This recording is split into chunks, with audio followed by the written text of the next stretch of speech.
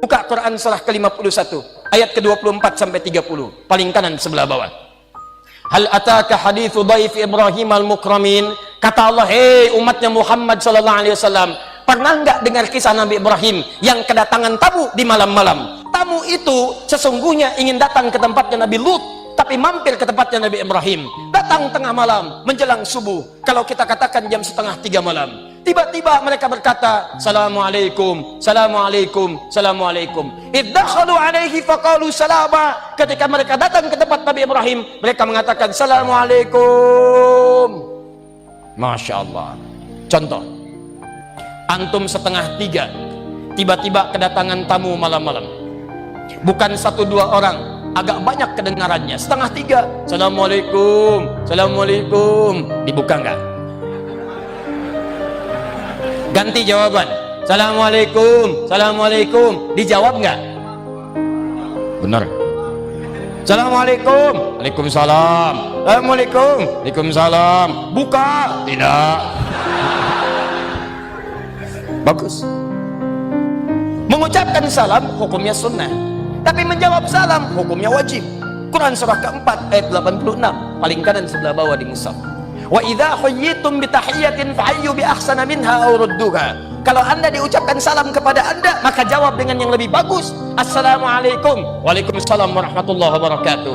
Aw rudduha, atau semisalnya, Waalaikumsalam. Mereka berkata Assalamualaikum, kata Nabi Ibrahim, Waalaikumsalam. Qala salam qaumum munkarun. Ini orang asing, bukan orang sini. Kalau orang asing berarti jangan banyak ditanya. Boleh jadi perjalanan ini sangat jauh, jangan banyak disulitkan, jangan banyak ditanyai. Maka kata Nabi Ibrahim, silahkan Anda duduk, saya akan cari hal yang bisa membuat Anda nyaman pada malam hari ini.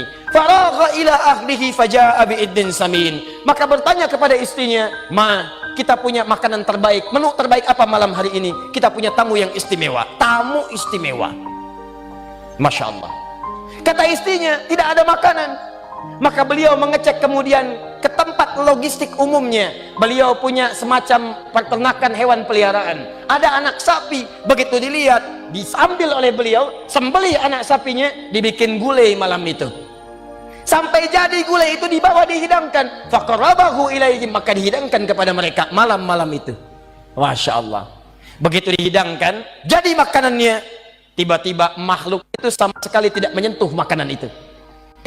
Dilihat begini. Kata Nabi Ibrahim, qala ala ta'kulun, kok nggak dimakan-makan? Lihat begini. Begitu melihat ke bawah, kakinya tak nampak ke lantai. Kalau Anda dalam posisi Nabi Ibrahim pada saat itu, apa yang dilakukan? Sudah nggak bisa lari karena tamunya di sekitaran, antum di situ.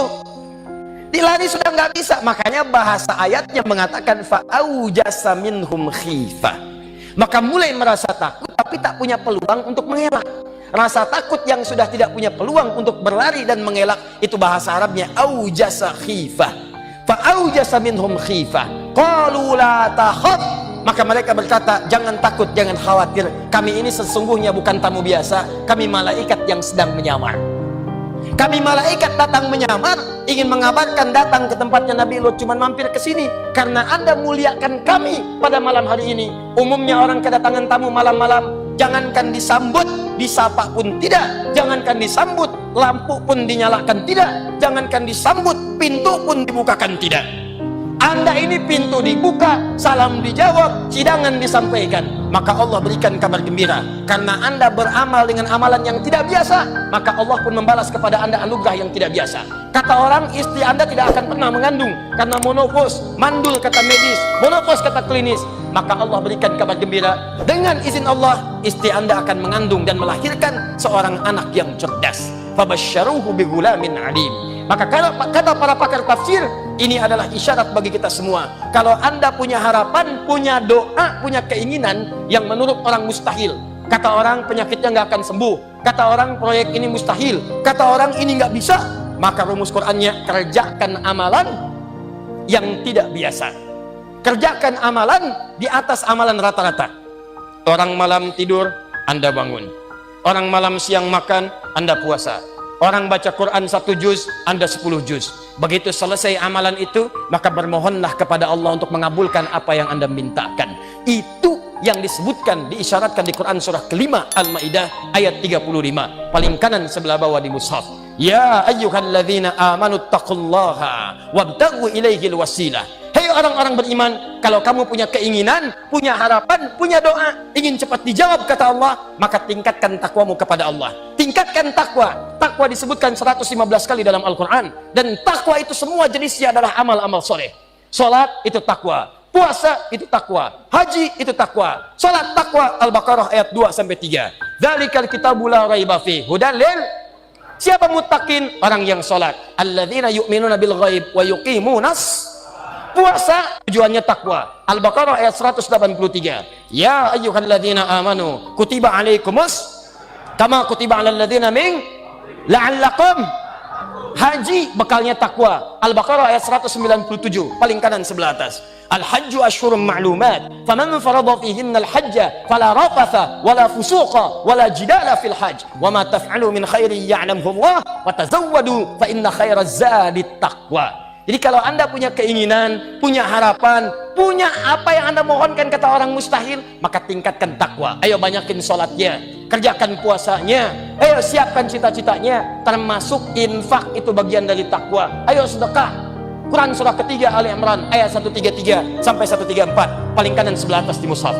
Wasari'u ila maghfiratin min rabbikum wa jannatin arduhas samawati wal ardu u'iddat lil muttaqin. Siapa orang takwa di situ? Ayat 134-nya. Alladzina yunfiquna fis sarra'i wad dharra. Istighfar bagian dari takwa. Wasari'u ila maghfirah.